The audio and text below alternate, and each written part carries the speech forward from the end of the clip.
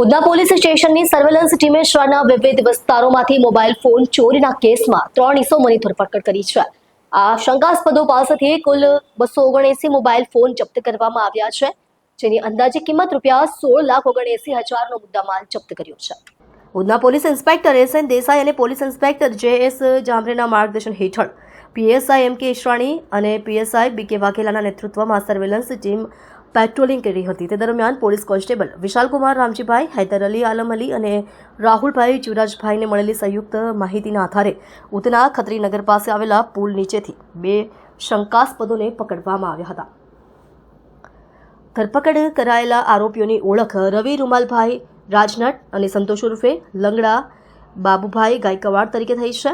તેમની પાસેથી 15 mobile phone જપ્ત કર્યા હતા। પોલીસ દ્વારા કરાયેલી વધુ પૂછપરછ દરમિયાન જાણવા મળ્યું હતું કે તેઓ બીજા એક શંકાસ્પદને મોબાઈલ ફોન વેચવા માટે મળ્યા હતા।